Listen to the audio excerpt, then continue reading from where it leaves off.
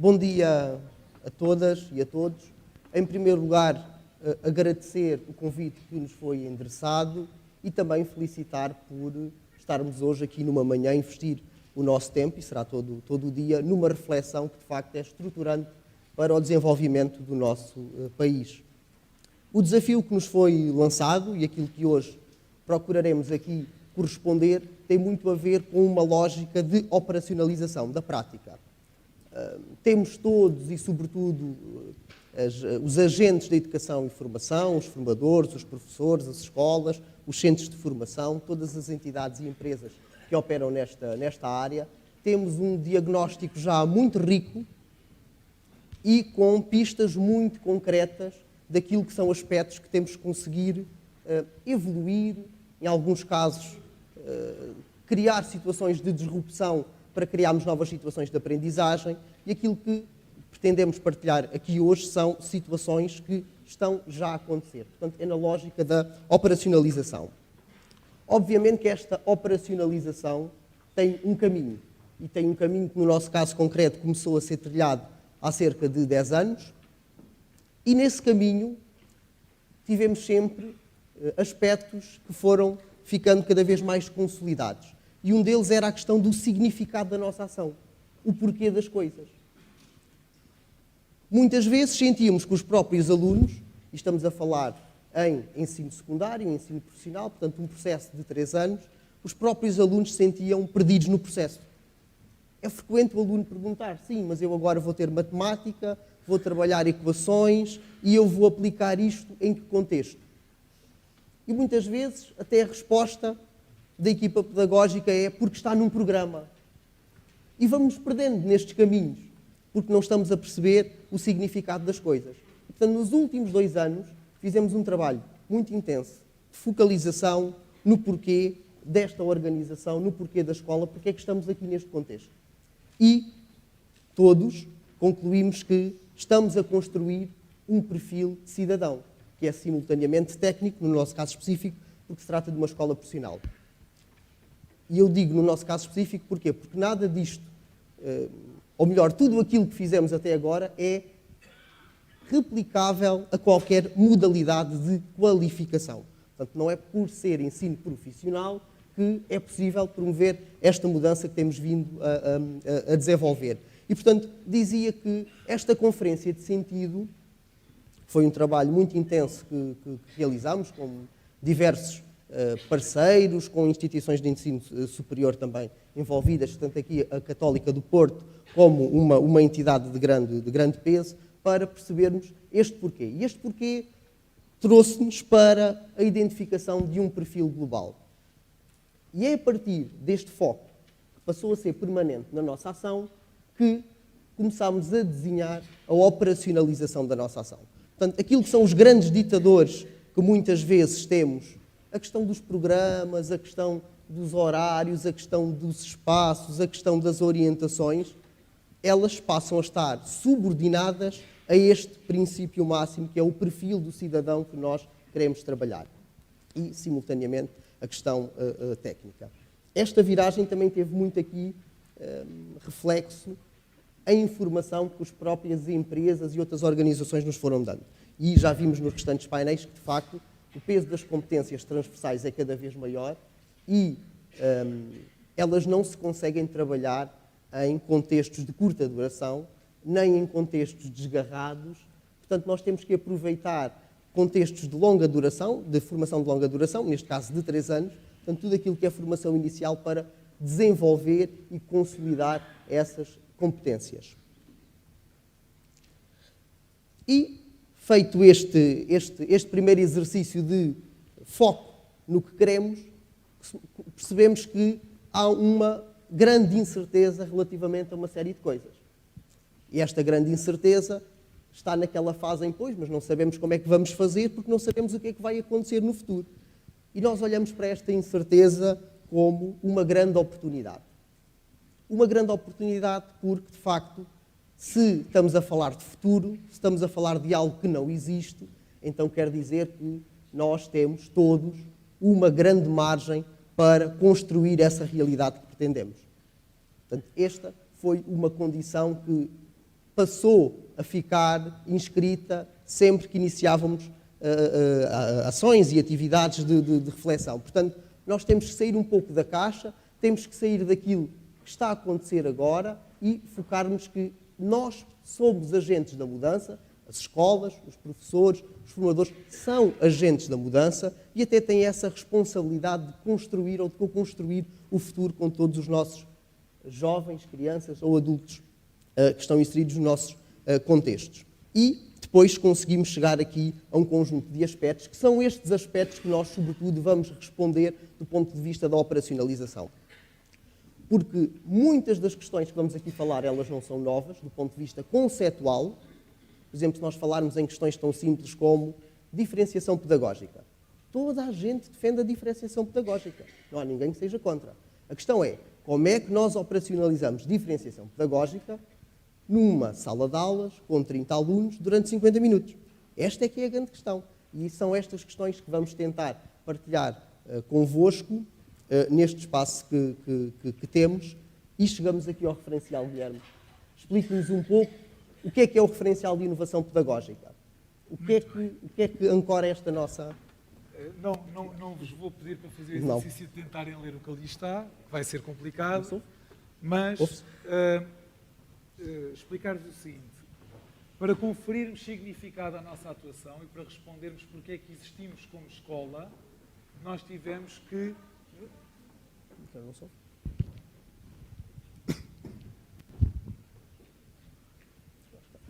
Está agora? Ok. Muito bem. Estava a dizer que para nós nos podermos... Não. Não? Se calhar tenho que tirar daqui. Não? Não? Micro. Vamos tentar assim. Pode ser assim. Pronto, acho que é agora. Acho que agora é que vai dar. Como eu estava a dizer, para nós podermos entender para onde queremos caminhar e assumir a responsabilidade de construir os projetos de vida dos nossos jovens, nós tínhamos que saber qual é que era o ponto de partida. E, depois desse ponto de partida, que eu já lá vou, perceber como é que tudo se vai conjugar no dia-a-dia para que se ajude efetivamente a construir o projeto de vida desse jovem. E isso necessita de uma reconfiguração da escola. A escola não pode mais estar atrás daquilo que é o tradicional e que cria barreiras que são possíveis de ultrapassar para ajudarmos a construir esse perfil. E daí nós termos feito quase que, andando aqui na lógica do mosaico e do caminho e das constelações, nós tivemos que fazer aqui acertar azimutes e entender como é que este todo se poderia conjugar. No centro a vermelho, o que vocês veem é a resposta a esta questão. Tira o Guilherme. Não, tirou para trás. Não percebi. Não, tudo bem. Okay. A questão a que queríamos responder era que perfil de cidadão queremos ajudar a construir. E isto tem que ser respondido pelo professor de matemática, pelo formador de cozinha e pastelaria, pelo formador da área de energias renováveis, da organização de eventos, de auxiliar de saúde, de biologia, de português, o perfil, as competências transversais que há pouco estávamos a falar e que é muito fácil de encontrarmos um denominador comum se estivermos atentos e atualizados e a perceber quais são as tendências. Era preciso que esse denominador comum fosse conhecido por todos e que não houvesse um entendimento diferente sobre questões que, por exemplo, há pouco estavam a ser faladas no mosaico anterior. Flexibilidade cognitiva. Ou questões até mais simples. Autonomia. Os alunos da escola têm que ser autónomos. O que é autonomia? Até onde é que queremos ir com a autonomia? Os alunos da escola têm que ser responsáveis. O que é isso de serem responsáveis? Os alunos têm que atuar, compreender na nova dinâmica dos mídia. O que é isto? Temos que nos nortear e temos que decidir, porque o mesmo aluno vai passar por N professores e formadores. E cada professor formador terá o seu significado, o seu entendimento e procurará atuar, planear, intervir, orientar de acordo com o seu entendimento. E a questão é que nós temos que o colocar num lugar comum.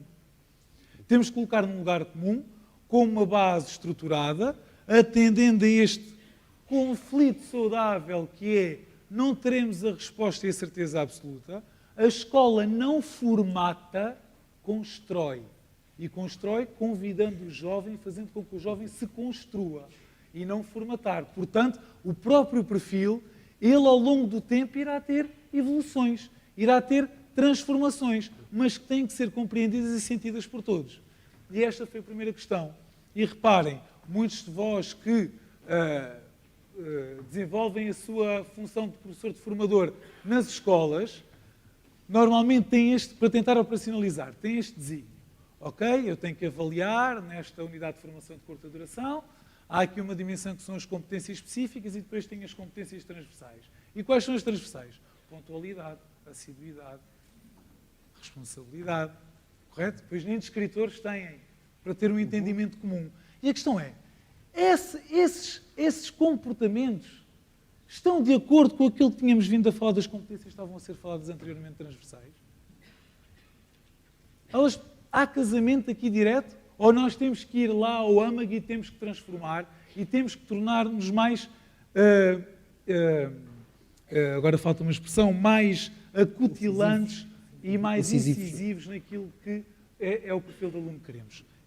Fizemos isso, trabalhámos isso, toda a equipa pedagógica esteve envolvida em diferentes fases do processo, todos foram convocados para esta construção, inclusivamente entidades parceiras de ensino universitário e entidades empregadoras. Todas elas participaram, todas elas ajudaram a construir e foi a partir daí que nós tivemos o perfil global. E é ele que norteia, seja com que professor esteja, com que formador esteja, em que situação, independentemente da saída profissional, há um perfil global que tem que ser cumprido e que tem que ser e que temos que conseguir ajudar a construir. Este perfil global será, ao fim e ao cabo, o roteiro, ou melhor, será o grande fim de um roteiro que o aluno vai construindo no seu projeto de vida, ancorado com a experiência pedagógica que tem. E parece que não é muito importante, e agora recentemente o professor Guilherme de Oliveira Martins apresentou o perfil do aluno para o século XXI, e muitas vezes sentimos que é mais uma coisa, não é? Parece que é mais uma coisa, mas aquele mais alguma coisa se calhar é o ponto de partida, é o essencial, porque quantas vezes no processo, e nós todos que já passamos por vários processos também de qualificação, sentimos que não havia sequer ligação e coesão entre determinadas áreas do conhecimento. E, portanto, os alunos se sentem que estão um pouco numa manta de retalhos. Estão 40 minutos a matemática, 30 a inglês, 50 a área técnica, mas isto funciona tudo em conjunto e funciona de forma, ou deve funcionar de forma intencional para construir este perfil. E para construir este perfil nós podemos continuar a ter situações de aprendizagem como temos neste momento. Por exemplo, podemos continuar a planear situações de aprendizagem de forma individual. Não é à toa que nós até optámos por vir os dois fazer esta apresentação, e não fui só eu, não foi só o Guilherme, não foi só a Diana, não foi só o Dr. Beira-Mar, que fazem também parte da direção da escola. É porque neste novo paradigma nós temos que planear situações de aprendizagem em conjunto. E na configuração de tempo e de espaço de organização que temos neste momento, é muito difícil. É muito difícil. E vamos ver outra questão, que é, se o perfil global tem que ser construído de forma transversal e integradora, também, ou quando olhamos para as competências específicas, para os conhecimentos, para as aptidões, para as atitudes, nós percebemos que elas têm que ter um sentido e também têm que se integrar. Por exemplo, nos cursos profissionais, o próprio plano de estudo está dividido em 3 componentes e não é por acaso que tem a componente científica. A questão é, e na componente científica? Biologia, psicologia, matemática, química, como trabalham? Trabalham aliadas e integradas com a componente técnica? Acompanham as evoluções técnicas e dão suporte através de um conhecimento científico estruturado que permita o jovem preparar-se para as evoluções tecnológicas? Isso é possível se nós desenvolvermos o trabalho integrado e essas situações de aprendizagem também serem integradas. Mas, para além disso, ainda temos outra questão e que está totalmente alinhada com 2 dimensões muito importantes. Uma está relacionada com a focalização na atenção e no significado do que é que o aluno está a fazer. Ele acorda de manhã, segunda-feira vai para a escola, o que é que vai acontecer? E sexta-feira vai-se embora e vai de fim de semana, e o que é que deixou para trás? E depois na segunda-feira está outra vez. E nós vamos perguntando, estamos a conseguir fazer ciclos de reflexão e de focalização com os nossos alunos para que depois, no final de um mês, eles não se percam? Eles percebam exatamente em que ponto é que podem estar ou em que ponto é que efetivamente estão e para onde é que têm que ir e porque é que estão a desenvolver determinadas situações de aprendizagem. Então foi aí que nós criámos o tempo, o espaço e a oportunidade para que isso acontecesse. O que acontece é que na nossa escola, em todas as turmas de 10º ano, a semana começa com planeamento e a semana acaba com avaliação e revisão. E começámos a ter a transformação do diretor de turma para um tutor de turma que não reage, mas previne. Que não reage, mas constrói. E convoca os alunos a construir. Porque a ideia é que os alunos o que é que fazem? Os alunos sentam-se na cadeira, muitas vezes o professor diz para se sentarem, ficarem todos em filinha e vão fazer os exercícios que eu vou dizer que têm que fazer. E têm este tempo. E agora terminou, e o melhor ambiente pedagógico é aquele em que poucos alunos falam ou se interrogam. Tentando aqui ir ao expoente máximo. O que nós tentamos fazer aqui e que estamos a conseguir é, mais uma vez, conferir significado. Os alunos chegam à segunda-feira estão com o tutor de turma e o tutor de turma faz rapidamente um trabalho com eles de o que é que temos esta semana, o que é que tínhamos para ter preparado para este dia, o que é que vamos desenvolver, estamos organizados, não estamos. E mais ainda, porque eu tenho que materializar porque temos pouco tempo para vocês perceberem ao ponto a que nós chegamos. Imaginem o seguinte, há uma situação de aprendizagem que é uma visita técnica a uma herdade. Vamos imaginar, o curso de produção agropecuária tem uma visita técnica a uma determinada herdade que tem uma exploração específica. Normalmente, quem é que organiza essa visita técnica? O professor. Aqui não é o professor. São os alunos que organizam. São os alunos que procuram com os professores.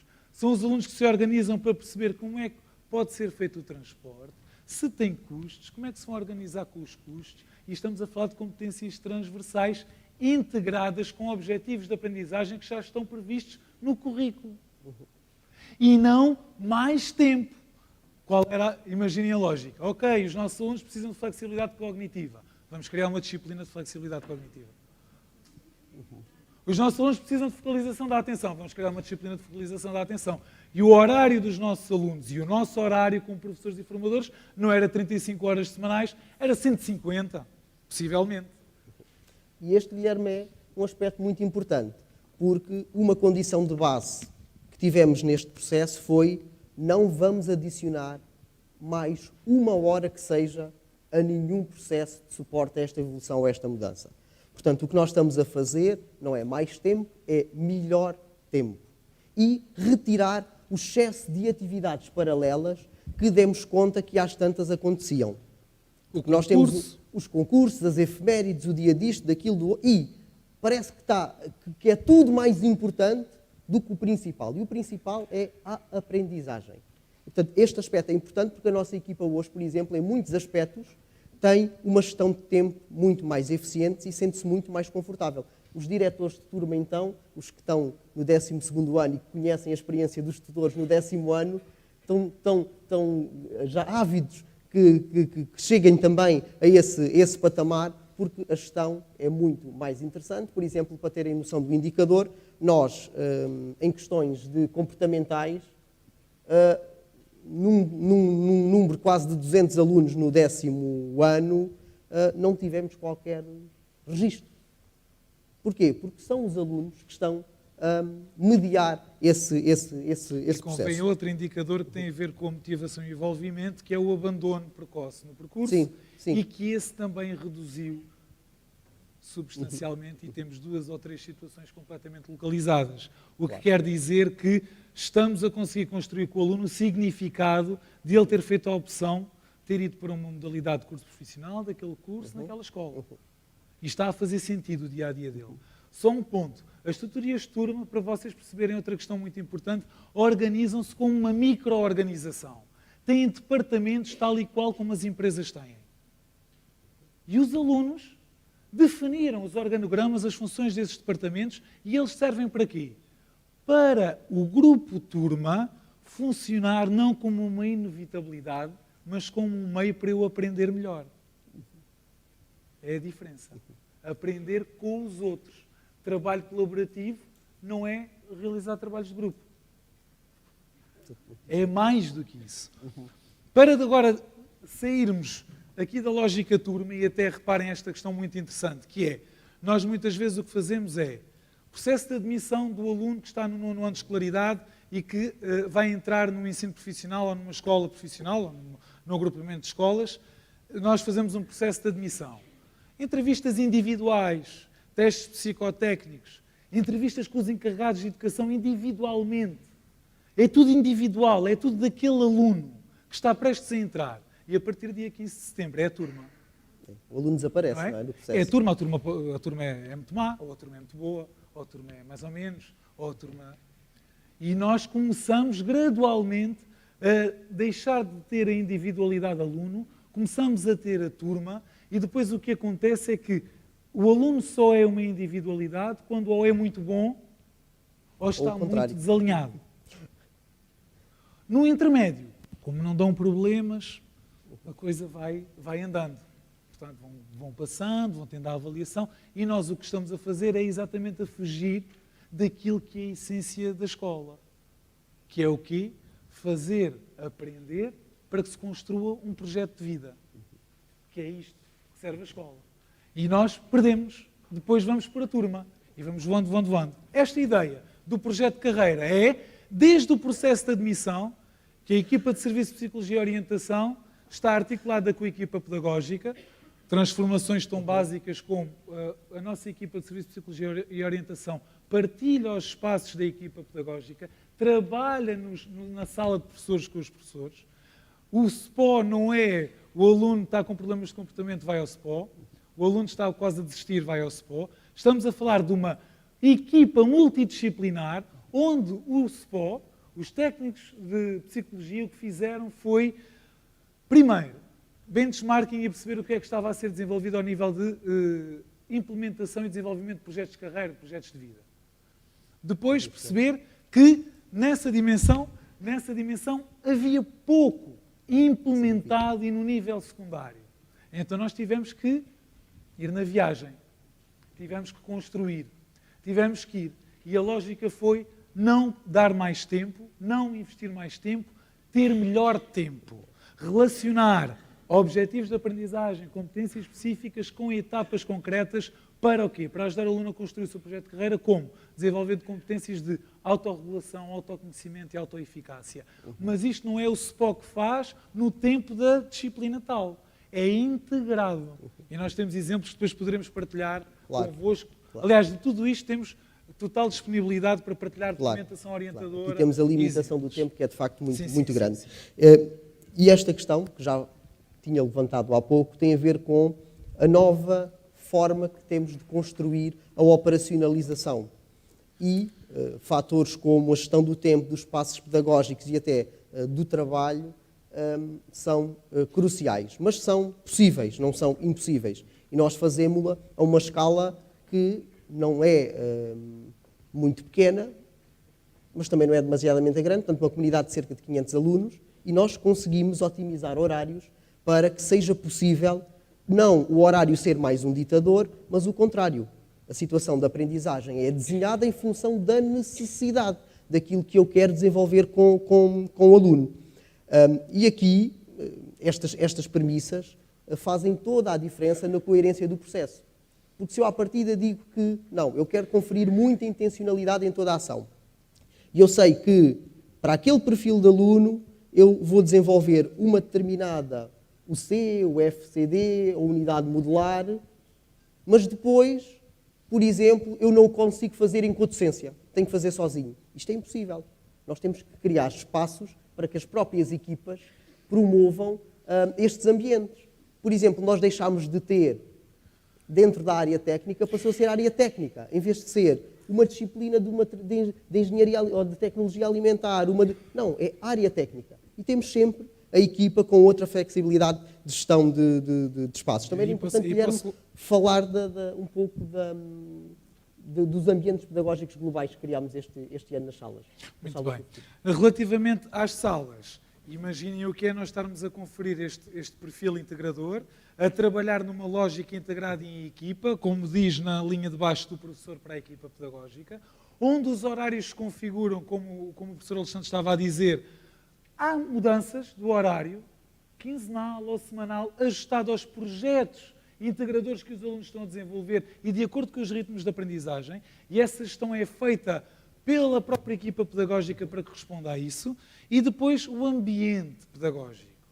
A sala onde os alunos estão a maior parte do tempo, como é que ela é? Ela continua a ter as mesas e as cadeiras, tudo virado para o quadro interativo, sempre no mesmo ambiente. Continuamos com o mesmo ambiente standard? Ou vamos transformar, e aqui fizemos o mesmo processo. Então, se o perfil global de aluno que queremos é este, o ambiente pedagógico corresponde à possibilidade de promoção dessas competências?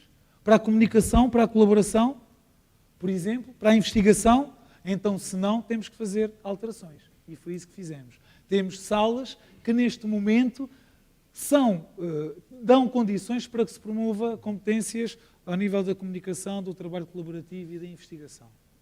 E isto com os mesmos recursos que já tínhamos, e não com outros. Portanto, não é a lógica da sala do futuro extremamente equipada com todos os recursos XPTO, que só dá para ter uma ou duas salas, e os alunos vão lá, tipo visita ao oceanário, mas todas as salas de todas as turmas são assim.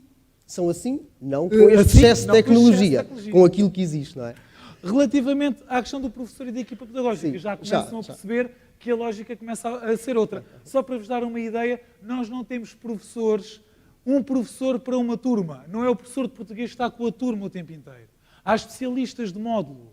Eu sou professor de uma determinada área, eu gosto de trabalhar determinadas áreas e eu trabalho com os alunos essas áreas, mas não preciso ser o professor daquela disciplina.